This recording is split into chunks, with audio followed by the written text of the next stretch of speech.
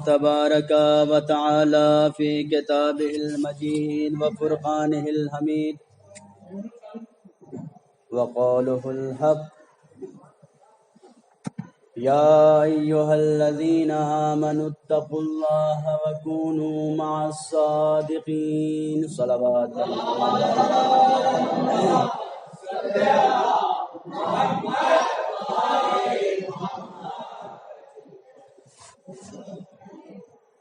معزز سامعین، عزاداران امام مظلوم کربلا،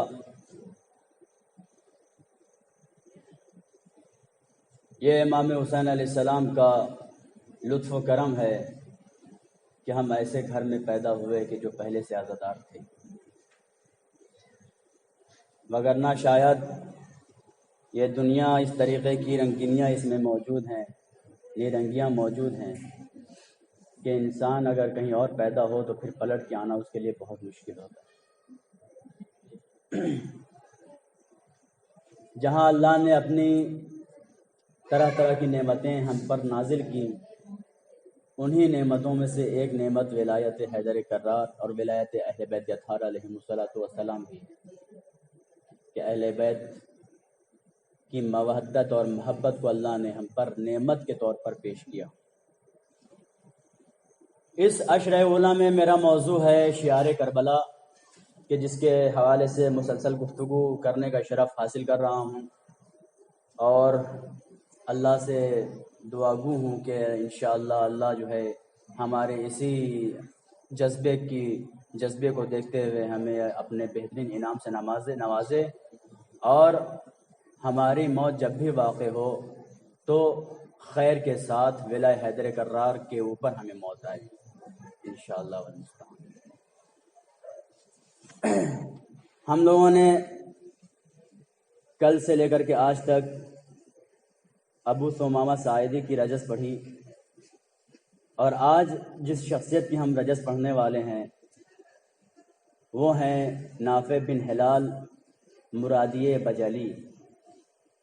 نافع بن ہلال، یہ نام یاد کر لیجئے، نافع بن ہلال، کیونکہ تاریخ میں ذرا سا آگے پیچھے اسی نام کو کر دو تو ایک جنتی ہے دوسرا جہنمی ہے۔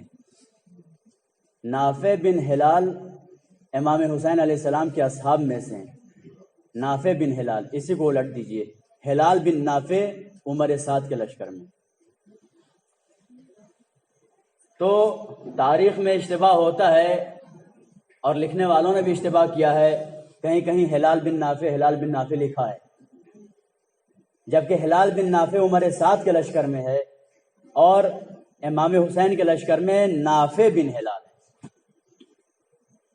کون ہے؟ نافع بن ہلال مرادی بجلی۔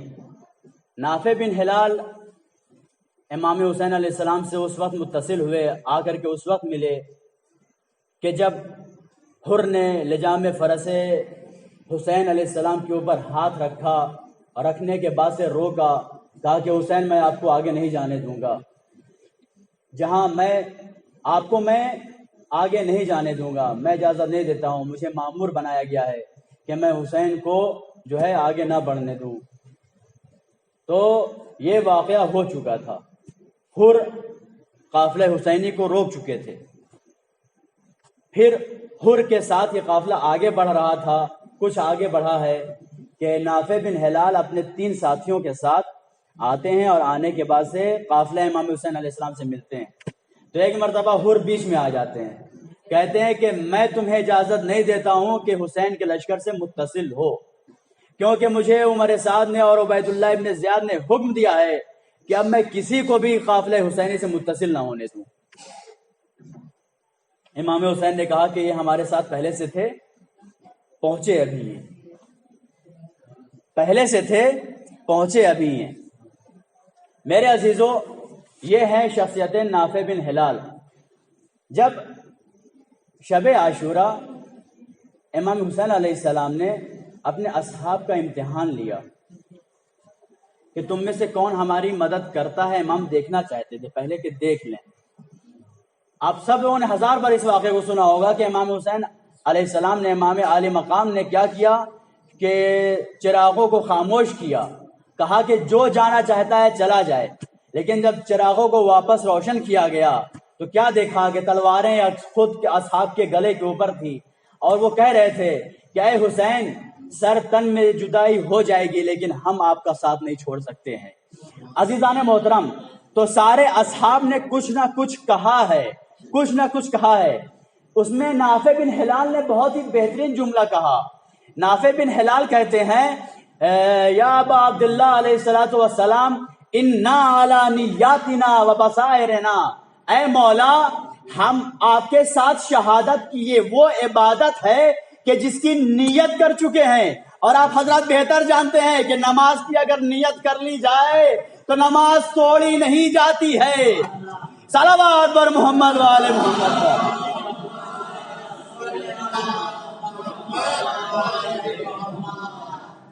بھائی آپ لوگ تو سب واقف ہیں نا، نماز کی اگر آپ نے نیت کر لی تو کیا آپ توڑ سکتے ہیں؟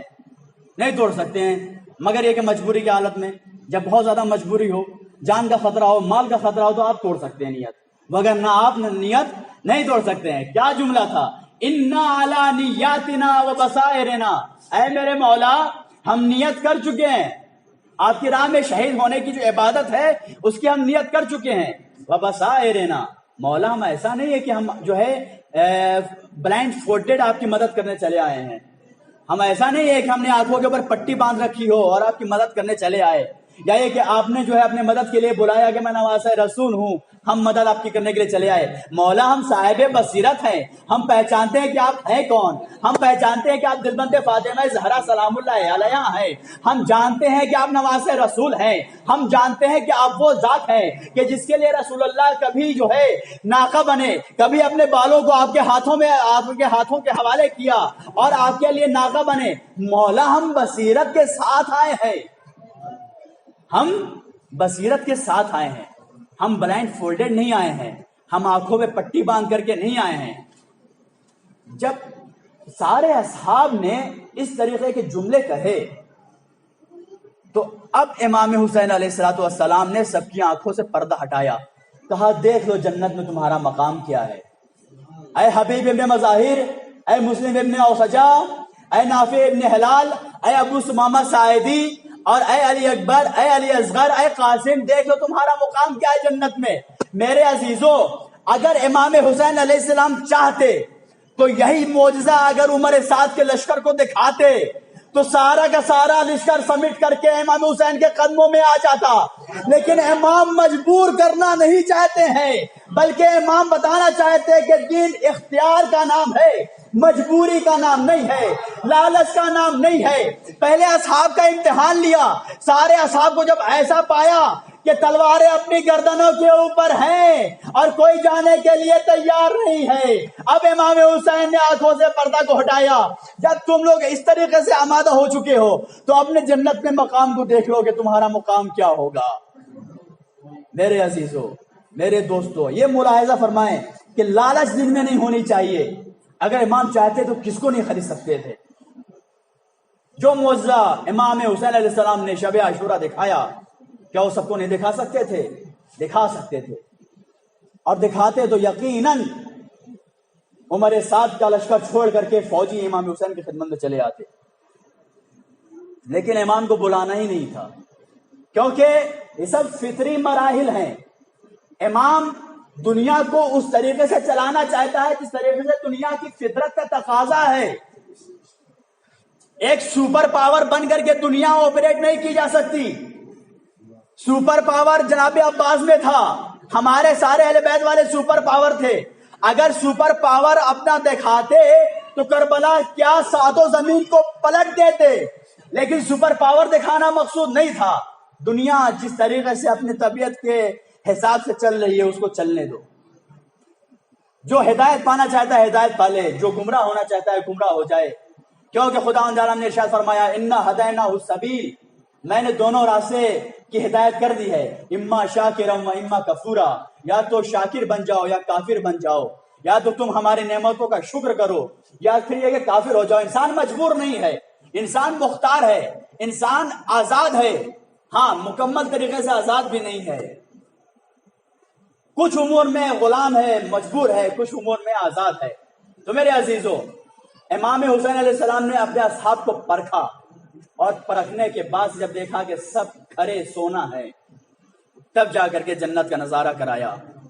اور پھر دیکھیں یہ نافع بن ہلال ہے کون؟ نافع بن ہلال پھر آگے کیا فرماتے ہیں؟ اِنَّ عَلَىٰ نِيَّاتِنَا وَبَصَائِرِنَا، پھر فرماتے ہیں نوالی من والاکا ونعادی من عاداکا، اے حسین علیہ السلام جو بھی آپ کا محبوب ہے وہ ہمارا محبوب ہے، اور جو بھی آپ کا دشمن ہے وہ ہمارا دشمن ہے۔ اللہ اکبر۔ یعنی کہ یہاں پہ جناب نافع بن ہلال دو پیغام دے رہے ہیں، ایک حب کا، ایک بغض کا، ایک تولی کا، ایک تبری کا۔ جس کو ہم تولا اور تبرہ کہا کرتے ہیں وہ اس میں تولی اور تبری ہوا کرتا ہے، یعنی کہ محبت اور بغض کا پیغام دے رہے ہیں۔ انا نوالی من والاک ونعادی من عاداک، اے حسین جس سے آپ محبت کرتے ہیں ہم اس سے محبت کرتے ہیں، جو آپ کا دشمن وہ ہمارا دشمن، جو آپ کا محبوب وہ ہمارا محبوب۔ اب میرے عزیزو یہاں پہ اب دیکھیں کربلا کے میدان میں نافع بن ہلال نے جو پہلے شخص کو واصل جہنم کیا ہے اس کا نام تھا علی بن قرظہ۔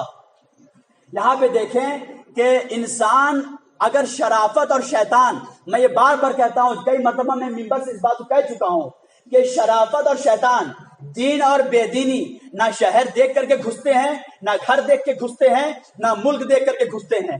آپ کو امریکہ میں بھی دیندار مل جائیں گے اور آپ کو ہندوستان میں بھی بے دین مل جائیں گے، ایران میں بھی بے دین مل جائیں گے۔ تو نہ شرافت، یہ گھر قبیلہ دیکھ کر کے نہیں گھستی ہیں، جو دینی اور بے دینی ہے، دو چیزیں ہیں، یہ کہیں بھی گھستے ہیں۔ اب دیکھیں کربلا کے میدان میں دو بھائی، سگے بھائی، ایک علی بن قرظہ، ایک عمرو بن قرظہ۔ عمرو بن قرظہ کہاں ہے؟ سپاہ امام حسین علیہ السلام میں۔ علی بن قرظہ کہاں ہے؟ سپاہ عمر ابن سعد میں ہے۔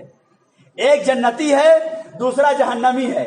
اب یہاں پہ امام حسین علیہ السلام نے عمرو بن قرظہ کو بھیجا جنگ کرنے کے لیے۔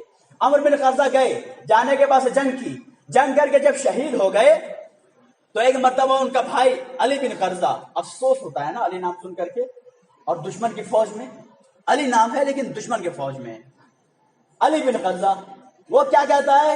حسین اضللت اخی، اے حسین تم نے میرے بھائی کو گمراہ کیا ہے، اور میں تم کو تب تک نہیں چھوڑوں گا جب تک میں تم کو مار نہ ڈالوں، میں قتل نہ کر ڈالوں۔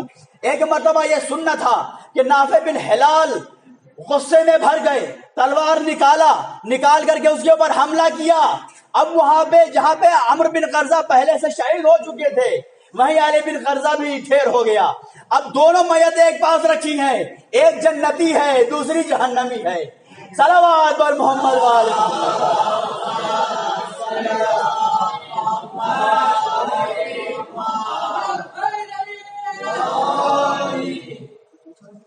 ایک بلند تر صلوات کا سہارا دیں۔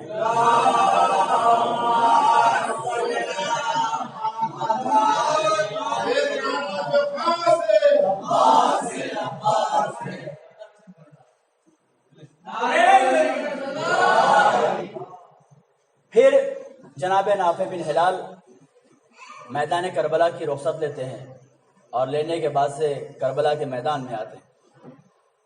دیکھیں پیغام، میں صرف اور صرف یہ چاہتا ہوں کہ رجس پڑھوں اور اصحاب حسین علیہ السلام کی اور امام حسین کے ناصروں کی رجس پڑھوں، اور رجس سے جو پیغام ہوتا ہے وہ ہم لیں اور اس کے اوپر عمل کریں، کیونکہ اگر آپ نے قرآن پڑھا، قرآن کے اوپر عمل نہیں کیا تو پھر یزید کے لشکر میں ایسے قرآن پڑھنے والے بہت تھے جو یزید کے لشکر میں تھے۔ اگر ہم نے نماز پڑھا اور نماز پڑھنے کے بعد بھی امام حسین کی آئین کو اختیار نہیں کیا تو یزید کے لشکر میں بھی بہت زیادہ نمازی تھے جو نماز تہجد کے پابند تھے۔ نماز پنجگانہ دور کی بات، نماز تہجد کے جو یہ نماز تہجد کے کو نہیں چھوڑا کرتے تھے، ایسے اصحاب تھے۔ تو بصیرت، نافع بن ہلال کیا بتانا چاہ رہے ہیں؟ بصیرت ہونی چاہیے انسان میں۔ انا علی نیاتنا و بصائرنا، ہم اپنی نیت اور بصیرت کے ساتھ آئے ہیں۔ نافع بن ہلال میدان میں جاتے ہیں، جاننے کے بعد سے رجس پڑھتے ہیں، کیا کہتے ہیں؟ انا الغلام الیمنی البجلی دینی علی دین حسین ابن علی اضرب ضرب غلام بطلی یختم اللہ بخیر عملی۔ ایک صلوات بھیجیں محمد والے محمد۔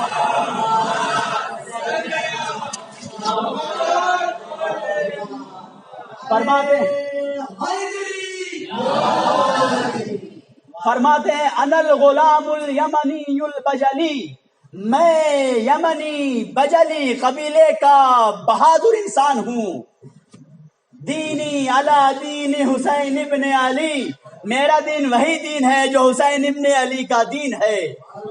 اضربکم ضرب غلام بطلی، اور میں تمہارے اوپر اس طریقے سے حملہ کروں گا کہ جس طریقے سے ایک جوان مرد حملہ آور ہوا کرتا ہے. یختم اللہ بخیر عملی، یہاں تک کہ اللہ میرا خاتمہ ایک عمل خیر کے ساتھ کر دے. صلوات بر محمد وآل محمد.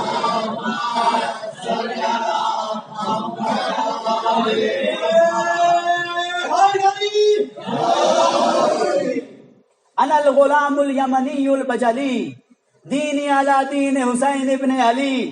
کیا کہتے ہیں نافع بن ہلال کہ دینی علی دین حسین ابن علی، میرا دین وہی دین ہے جو حسین ابن علی کا دین ہے. میرے عزیزو، حسین ابن علی کا دین، نافع بن ہلال کا دین، وہی پورے اصحاب حسین علیہ السلام کا دین. لیکن جب ہم نے خواجہ معین الدین چشتی سے پوچھا کہ آپ ذرا بتائیے دین ہے کیا، تو کہنے لگے شاہ اس حسین، بادشاہ اس حسین، دین اس حسین، دیپنا اس حسین. شاہ ہے حسین، حسین بادشاہ ہے، حسین دین ہے، حسین دین کی پناہ ہے. سرداد دداد دست در دست یزید، حقا کے بنا لا الہ حسین. حسین وہ ہے جس نے سر دے دیا لیکن اپنے ہاتھ کو ہاتھ یزید میں، دست یزید میں دینا گوارا نہ کیا. حتیٰ کے بنا لا الہ حسین، یہاں تک کہ لا الہ الا اللہ کی بنا حسین ہے. صلوات اور محمد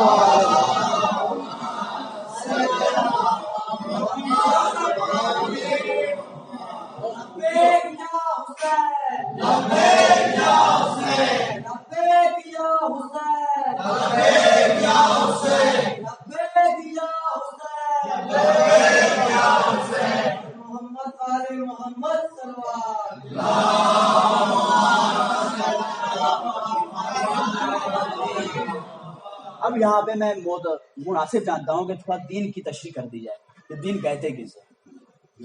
ہم سب نے بچپن سے پڑھا ہے اصول دین فروع دین. اصول دین 5 ہیں، فروع دین 10 ہیں. اصول دین یعنی دین کی جڑیں 5 ہیں، فروع دین یعنی دین کی شاخیں 10 ہیں. بچپن سے پڑھتے ہوئے آ رہے ہیں. بھائی دیکھیں، ایک ہوتی ہے جہان بینی اور ایک ہوتی ہے آئیڈیالوجی. جہان بینی کہتے ہیں اصول دین کو اور آئیڈیالوجی کہتے ہیں فروع دین کو.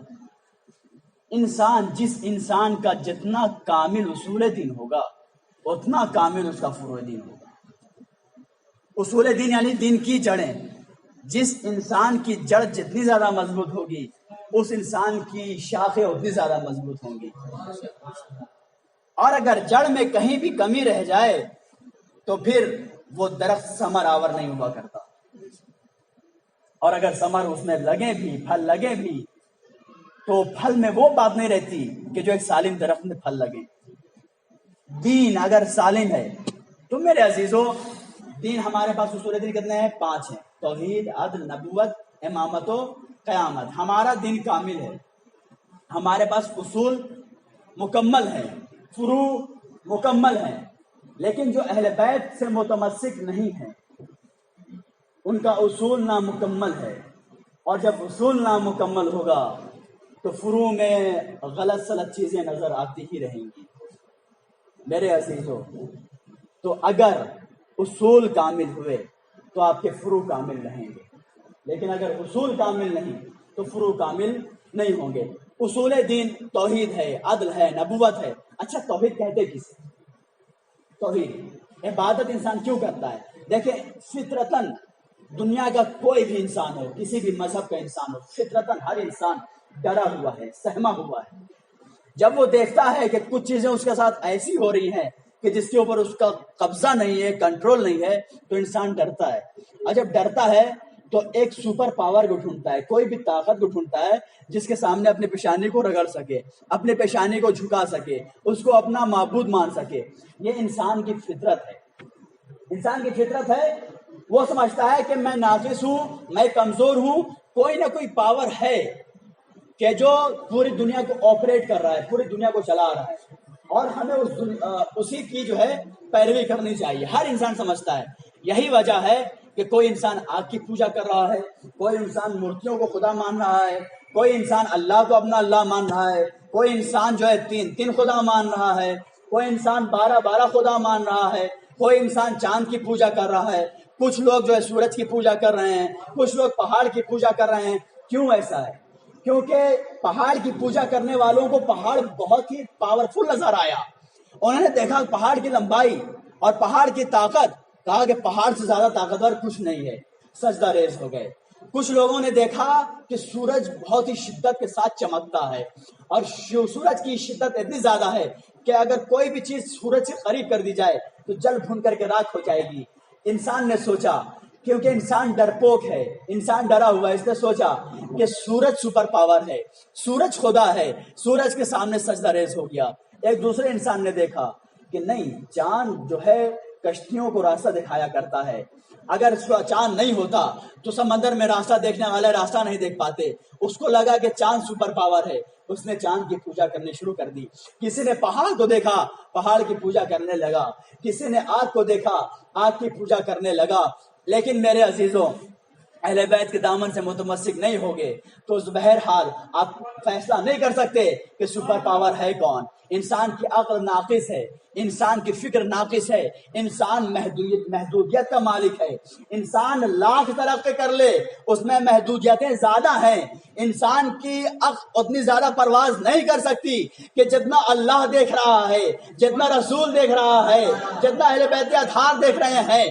اب میرے عزیزوں، ہم جب اہل بیت کے در پر جاتے ہیں، جانے کے بعد سے دیکھتے ہیں کہ امام سے پوچھا گیا کہ امام یہ بتائیے کہ دنیا میں سب سے زیادہ پاورفل کیا ہے، سب سے زیادہ طاقتور کیا ہے؟ امام نے فرمایا کہ سب سے زیادہ طاقتور پتھر ہے، سب سے زیادہ طاقتور پتھر ہے.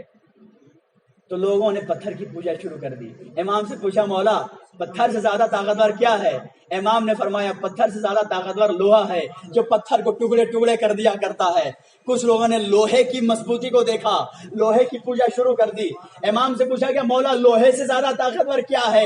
امام نے فرمایا آگ ہے، جو لوہے کو پگھلا کر کے پانی بنا دیا کرتی ہے.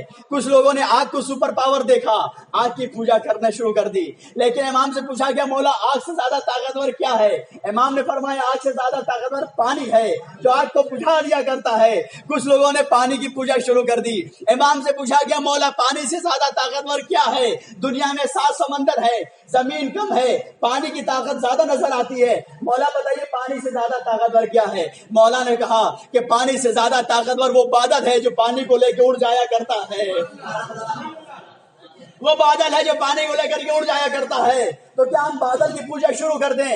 امام سے پوچھا گیا مولا بتائیے بادل سے زیادہ طاقتور کیا ہے؟ امام نے فرمایا بادل سے زیادہ طاقتور ہوا ہے، کہ جو جدھر چاہتی ہے بادل کو لے کے آیا جایا کرتی ہے. تو کیا ہم ہوا کی پوجا شروع کر دیں؟ امام نے فرمایا کہ امام سے پوچھا گیا مولا بتائیے ہوا سے زیادہ طاقتور کیا ہے؟ امام نے فرمایا ہوا سے زیادہ طاقتور اسرافیل ہے، کہ جو ہوا کو چلاتا ہے. تو کیا ہم اسرافیل کی پوجا شروع کر دیں کہ وہ ہوا چلا رہا ہے، اگر ہوا نہ چلائے تو ہم سب کے سب مر جائیں گے؟ امام سے پوچھا گیا مولا اسرافیل سے زیادہ طاقتور کیا ہے؟ امام نے فرمایا ملک الموت ہے، کہ جو اسرافیل کو موت کے گھاٹ اتار دے گا.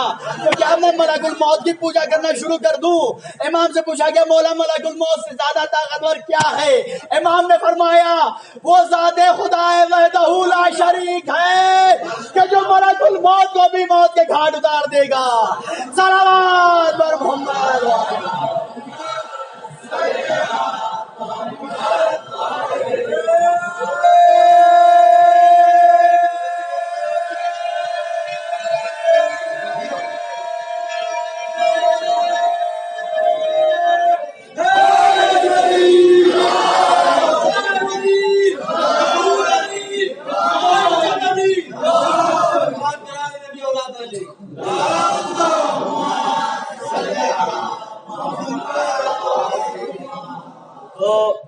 نافع بن ہلال نے فرمایا کہ دینی علی دین حسین ابن علی، میرا دین وہ ہے جو حسین ابن علی کا دین ہے. اب سمجھ میں آیا حسین ابن علی کا دین کیا ہے.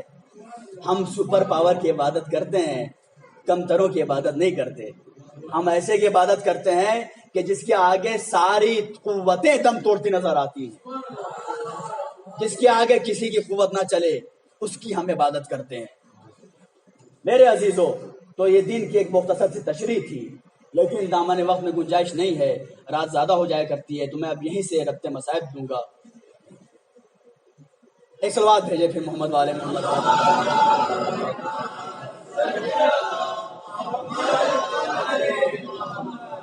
تو دیکھیں دین ہے کیا؟ دین یہ ہے میرے عزیزوں. اور رجت سے جو پیغام ملتا ہے وہ حب اور بغض کا ملتا ہے کہ محبت بھی ہونی چاہیے اور بغض بھی ہونا چاہیے. حبا للہ و بغضا للہ. اگر ہم کسی سے محبت کریں تو اللہ کے لیے محبت کریں، اور کسی سے بغض کریں تو اللہ کے لیے بغض کریں. ایک شخص آیت اللہ امینی کی خدمت میں آیا. دیکھیں محبت میں آپ جو ہے بھید بھاؤ نہیں کر سکتے ہیں، محبت میں آپ بھید بھاؤ نہیں کر سکتے ہیں، بغض میں بھی آپ بھید بھاؤ نہیں کر سکتے ہیں. آپ ایسا نہیں کر سکتے ہیں کہ آدم کا انکار کر دیں باقی سب کو مان لیں. آگا میں آدم کو نہیں مانوں گا، صرف اس کے علاوہ سب کو مانوں گا. نہیں، میں جناب ابراہیم کو نہیں مانوں گا، صرف جناب ابراہیم کو نہیں مانوں گا. پورے نبی کو مانوں گا، ساری کتابوں کو مانوں گا، صرف جناب ابراہیم کو نہیں مانوں گا. کیا چلے گا؟ نہیں چلے گا. کسی ایک کا بھی انکار آپ نہیں کر سکتے ہیں. 1,24,000 انبیاء کے اوپر عقیدہ رکھنا ہے تو رکھنا ہے، آسمانی کتابوں کے اوپر عقیدہ رکھنا ہے تو رکھنا ہے. آپ اس میں بھید بھاؤ نہیں کر سکتے ہیں. آیت اللہ امینہ کے پاس ایک شخص آیا اور آنے کے بعد سے کہنے لگا کہ یہ بتائیے کہ میں جو ہے شہدائے کربلا سب کو مانوں، اللہ کو مانوں، نبیوں کو مانوں، رسولوں کو مانوں، اور جو ہے اہل بیت کو مانوں، سب کو مانوں، مگر صرف مولا عباس کو نہ مانوں تو کیا چلے گا؟ مولا عباس کو نہ مانوں. تو آیت اللہ امینہ نے بڑا خوبصورت جواب دیا. کہا کہ عباس تو بہت بڑی بات ہے، اگر تو میرا انکار کرے گا تو دین سے خارج ہو جائے گا، کیونکہ میں بھی دین کی خدمت کر رہا ہوں، دین کی خدمت کرنے والا ہوں. اگر تم میرا انکار کرے گا تو دین سے خارج ہو جائے گا. عزیزان محترم، اب یہاں پہ امام کی ایک حدیث، امام جعفر صادق علیہ السلام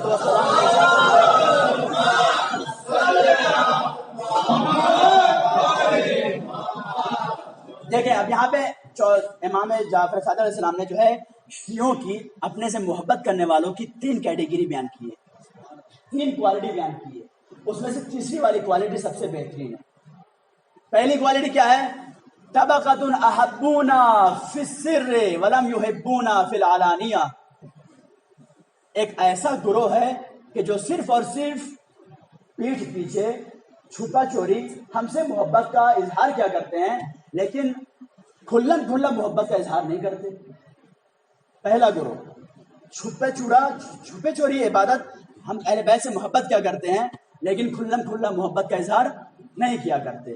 مجلسوں میں نہیں آتے، امام باڑوں میں نہیں جاتے، نمازوں میں نہیں جاتے، جلوسوں میں شرکت نہیں کرتے. یا یہ کہ دوسری ایک یہ بھی نظریہ ہو سکتا ہے کہ جب منہ پہ آتے ہیں تو بڑی چکنی چپڑی باتیں کیا کرتے ہیں، لیکن جب پیٹھ پیچھے جاتے ہیں تو پھر وہ ہمارے دشمن ہوا کرتے ہیں. طبقۃ احبونا فی السر ولم یحبونا فی العلانیہ. پہلا گروہ کہ جو صرف اور صرف خفا میں، پوشیدگی میں ہمارا محب ہے، لیکن جب سامنے آتے ہیں، سامنے آ کر کے محبت دکھانے کا وقت آتا ہے تو نہیں آتے ہیں. اور دوسرا گروہ کیا ہے؟ وَطَبَقَةٌ يُحِبُّونَ فِي الْعَلَانِيَةِ وَلَمْ يُحِبُّونَ فِي السِّرِّ. دوسرا گروہ وہ ہے کہ جو کھلم کھلا بہت محبت کا اظہار کرتا ہے، زبان پر آ کر کے چکنی چپڑی باتیں کیا کرتا ہے، لیکن تنہائی میں ہم سے محبت نہیں کرتا. گھر میں اس کے برتاؤ اچھے نہیں ہیں، نماز نہیں پڑھتا، مجلسوں میں نہیں آتا، جلوسوں میں شریک نہیں ہوتا. یعنی کہ کھلم کھلا محبت کا اظہار کرتا ہے، ہم اہل بیت کے چاہنے والے ہیں، مولا کے چاہنے والے ہیں، ہم علی کے چاہنے والے ہیں، لیکن صرف اور صرف زبانی دعویٰ ہے، عمل مولا متقین والا نہیں ہے، عمل حسینی نہیں ہے، عمل اصحاب حسین والا نہیں ہے. پھر امام فرماتے ہیں طبقۃ یحبون فی السر والعلانیہ. ایک تیسرا گروہ وہ ہے کہ جو ہم سے چھپے چوری بھی محبت کیا کرتا ہے اور کھلم کھلا بھی محبت کیا کرتا ہے۔ کربلا کے میدان میں حسین جو 72-71 لے کر کے آئے ہیں، یہ سارے کے سارے اس تیسری کوالٹی والے تھے کہ جو کھلم کھلا بھی محبت کا اظہار کرتے تھے، چھپے چوری بھی محبت کا اظہار کرتے تھے۔ صلوات پر محمد و آل محمد۔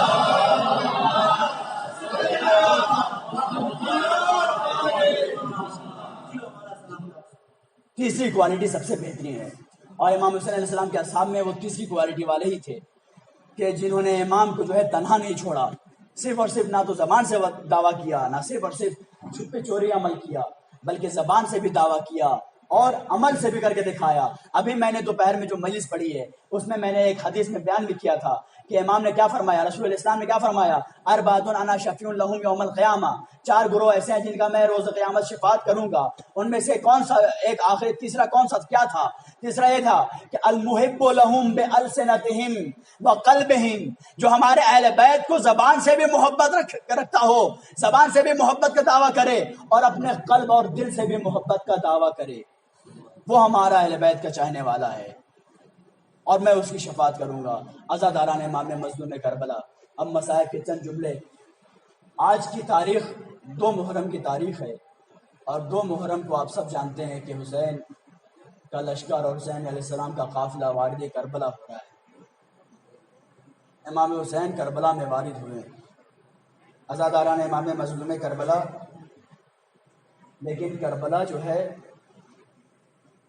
کربلا کا مقدمہ لکھا ہے مسلم بن عقیل۔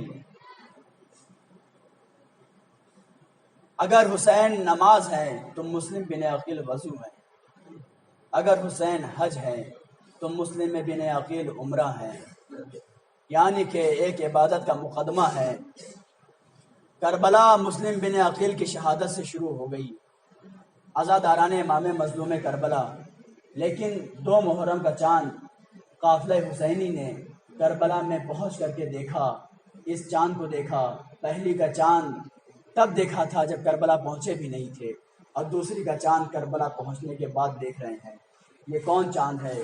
یہ وہ چاند ہے کہ جس چاند کے نکلنے سے زہرا کے چاند کو گہن لگ گیا، جس چاند کے نکلنے سے زہرا کے چاند کو گہن لگ گیا۔ عزاداران امام مظلوم کربلا، امام حسین علیہ السلام مکہ میں ہیں اور کوفہ سے خط پہ خط روانہ ہو رہے ہیں، اے حسین علیہ السلام چلے آئیے، یہاں پہ کھیتی ہموار ہو چکی ہے، زمین ہموار ہو چکی ہے، آپ تشریف لائیے، یہاں کے بنی تمیم کے قبیلے والے اور تمام قبائل والے آپ کی بیعت کرنا چاہتے ہیں۔ امام حسین علیہ السلام نے اپنے بھائی مسلم بن عقیل کو بھیجا، اپنا وکیل بنا کر کے بھیجا۔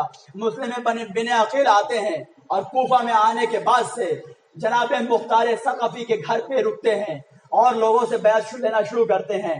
بیعت لیتے لیتے 18,000 کوفیوں نے بیعت کی، عزاداران امام مظلوم کربلا۔ لیکن ایک مرتبہ بن زیاد کو یزید نے جو ہے گورنر کوفہ بنا کر کے، والی کوفہ بنا کر کے بھیجا۔ پہلے تو اس کے پاس بصرہ کی حکومت پہلے سے تھی، لیکن کوفہ کی بھی حکومت دے دی کہ جا کر کے وہاں پہ دیکھ کہ وہاں پہ حالات کیسے ہیں اور حالات کو قابو میں کر۔ عزاداران امام مظلوم کربلا، یہ عبید اللہ ابن زیاد بصرہ سے کوفہ آتا ہے اور لوگ سمجھتے ہیں کہ قافلہ حسینی آ رہا ہے، شاید کہ حسین آ گئے ہیں، کیونکہ اس نے جو اپنے چہرے کو ڈھانپ رکھا تھا، چھپا رکھا تھا، اور لباس وہ پہن رکھے تھے جو ہمارا حسین پہنا کرتا تھا۔ جیسا حسین علیہ السلام کا لباس ہوتا تھا اس طریقے کا لباس پہن رکھا تھا۔ کوفے میں وارد ہوا، لوگوں نے سمجھا کہ حسین آ گئے ہیں، لیکن لوگوں نے دھوکہ کھایا، وہ عبید اللہ ابن زیاد تھا۔ عزاداران امام مظلوم کربلا، ملعون دارالامارہ میں گیا، رات بھر سویا، صبح اٹھنے کے بعد سے آ کر کے ممبر سے اعلان کرتا ہے کہ تم لوگ خلیفۃ المسلمین کی خلاف ورزی سے باز آ جاؤ، اور اگر باز نہیں آئے تو میں سب کا خون بہا دوں گا۔ عزاداران امام مظلوم کربلا، لیکن مسلم بن عقیل جو ہے، اب جو ان کو پتا چلا کہ عبید اللہ ابن زیاد آ چکا ہے، تو مسلم بن عقیل نے چاہا کہ میں گھر کو بدل دوں، اور ہانی بن عروہ کے گھر میں آ کر کے پناہ گزین ہو گئے تاکہ عبید اللہ ابن زیاد کو پتہ نہ چلنے پائے۔ لیکن اس نے جاسوس بٹھا رکھے تھے، ایک شخص تھا معقل کہ جو جاسوس تھا. یہ کس کیٹیگری سے ہے عزاداران امام مظلوم کربلا؟ یہ اس کیٹیگری سے ہے کہ جو زبان سے محبت اہل بیت کا دعویٰ کیا کرتے ہیں لیکن عمل سے اہل بیت کی جڑوں کو کاٹا کرتے ہیں. یہ اس کیٹیگری سے ہے, یہ اس کوالٹی سے ہے. معقل ہے. معقل نے کیا کیا؟ آنے کے بعد سے جناب مسلم بن اوسجا کے ہاتھوں کے اوپر بیعت کی. بیعت کرنے کے بعد سے کہا کہ اے مسلم بن اوسجا, میرے پاس بہت زیادہ پاور ہے, میرے پاس پیسے ہیں, میرے پاس فوجی ہیں, میرے پاس ہتھیار ہیں, مجھے لے کر کے وکیل حسین, سفیر حسین کے پاس چلو, میں سب دینا چاہتا ہوں. عزاداران امام مظلوم کربلا, جناب مسلم بن اوسجا کو تو علم غیب تھا نہیں کہ کوئی آ کر کے بتا دیتا کہ یہ دشمن ہے. یہ تو زبانی اقرار کرنے والا تھا ولائے حیدر کرار کا, یہ تو زبانی شیعہ تھا. لیکن عزاداران امام مظلوم کربلا اصل میں جاسوس تھا. اس نے کیا کیا؟ آیا, آنے کے بعد سے مسلم کی بیعت کی. مسلم کی بیعت کرنے کے بعد سے کچھ پیسہ دیا, کچھ اسلحے دیے. کہنے لگا کہ اب میں رفتہ رفتہ سارے کے سارے اصحاب کی جو ہے معرفی کراؤں گا, ان کو جو ہے ان کی تعریف کرواؤں گا, ان کی پہچان کرواؤں گا. عزاداران امام مظلوم کربلا, کسے معلوم تھا کہ یہ آستین کا سانپ ہے؟ سارے اصحاب مسلم بن عقیل کو دیکھتا رہا, سب کو پہچانتا رہا. خدا کی لعنت ہو معقل کے اوپر. جب سب کو پہچان چکا تو ایک مرتبہ عبید اللہ ابن زیاد کو جا کر کے سب کے نام بتاتی ہے کہ کون کون تھا وہاں پہ اور کس نے بیعت کی ہے. جب جناب ہانی بن عروہ کو قید کیا گیا, جب جناب ہانی بن عروہ وہاں پہ گئے ہیں اور جانے کے بعد سے عبید اللہ ابن زیاد نے کہا ہے کہ تو نے مسلم بن عقیل کو اپنے گھر میں چھپا رکھا ہے, مسلم بن عقیل کو ہمارے حوالے کر دے ورنہ میں تیرے سر کو تیرے تن سے جدا کر دوں گا. جناب مسلم بن عقیل, جناب ہانی بن عروہ کہتے ہیں کہ مسلم میرے گھر پہ نہیں ہے. عبید اللہ ابن زیاد کچھ نہیں کرتا ہے, صرف اور صرف معقل کو بلاتا ہے. معقل کو دیکھتے کے ساتھ جناب ہانی بن عروہ سمجھ جاتے ہیں کہ ہمارے بیچ میں اگر کوئی منافق تھا تو یہ معقل تھا. عزاداران امام مظلوم کربلا, بہرکیف مجھے پوری تاریخ نہیں پڑھنی, صرف شہادت جناب مسلم کو عرض کرنا چاہتا ہوں. جناب مسلم بن عقیل جو ہے ہانی بن عروہ کے جب پتا چلا کہ ہانی بن عروہ قتل کر دیے گئے ہیں تو جناب مسلم بن عقیل بھی جو ہے گھر سے نکلتے ہیں اور نکلنے کے بعد سے اپنے دوستوں کے ساتھ اپنے فوجیوں کو جمع کرتے ہیں. جمع کرنے کے بعد سے عبید اللہ ابن زیاد کے لشکر کے ساتھ جنگ ہوتی ہے. صبح سے لے کر کے شام تک جنگ چلتی رہی. آخر میں اصحاب مسلم بن عقیل نے کہا کہ یہ تو مسلم بن عقیل ہے, یہ عبید اللہ ابن زیاد ہے, یہ دونوں آپس میں لڑ رہے ہیں, ہم سے کیا, ہم چل کر کے گھر میں بیٹھے. عزاداران امام مظلوم کربلا, یہ تھی مسلم بن عقیل کی بے کسی کہ ایک مرتبہ لشکر چھوڑ کے چلا گیا. اب مشکل سے 10 یا 12 افراد بچے. مغرب کا وقت آ گیا, نماز پڑھنے کے لیے گئے, جماعت میں کھڑے ہوئے. جب نیت کی تو 10 افراد تھے. جب نماز سے فارغ ہو کر کے پیچھے دیکھا, ارے مسلم بن عقیل کا کوئی یار و ناصر موجود نہ تھا. عزاداران امام مظلوم کربلا, جناب مسلم بن عقیل وہاں سے نکلتے ہیں اور کشا کوفہ کی گلیوں میں جو ہے گھومتے رہتے ہیں. ایک مرتبہ تو نامی محترمہ کے گھر پہنچتے ہیں. جانے کے بعد سے پورا میں مختصر کر کے پڑھنا چاہتا ہوں کیونکہ دامن وقت میں گنجائش نہیں ہے. جناب تولا پانی لاتی ہیں, جناب مسلم بن عقیل پانی پیتے ہیں. پھر تولا سے کہتے ہیں کہ تولا, رات بھر تو مجھے پناہ دے دے, میں عقیل کا بیٹا ہوں, میں مسلم بن عقیل ہوں, میں عقیل کا بیٹا ہوں. کل صبح اٹھتے کے ساتھ میں یہاں سے چلا جاؤں گا. میں رسول اسلام کا بیٹا ہوں, میں اہل بیت رسول سے تعلق رکھنے والا ہوں. توبہ نے کہا کہ اے مسلم, آئیے میں آپ کو پناہ دیتی ہوں. عزاداران امام مظلوم کربلا, لیکن توبہ کا فرزند اس کو پتا چل گیا کہ مسلم یہاں پہ ہے. جا کر کے عبید اللہ کے سپاہیوں کو بتا دیتا ہے. عبید اللہ کے سپاہی آتے ہیں. جب پتا چلتا ہے کہ حبیب کو کہ سپاہی آ گئے ہیں, توبہ کے گھر سے نکال آتے ہیں. آنے کے بعد سے جنگ کرتے ہیں. جنگ کرنے کے بعد سے جب جناب مسلم بن عقیل تاب نہ لا سکے تو جناب مسلم بن عقیل کو اسیر کر لیا گیا اور لے کر کے دارالامارہ گئے. عبید اللہ ابن زیاد کے پاس گئے. عبید اللہ ابن زیاد نے کہا کہ دیکھو جا کر کے تم مسلم بن عقیل کے بھی سر کو تن سے جدا کر دو اور ہانی بن عروہ کے بھی سر کو تن سے جدا کر دو. جلاد لے کر کے جناب مسلم بن عقیل کو آگے بڑھا. جانے کے بعد سے دارالامارہ کی چھت پر گیا.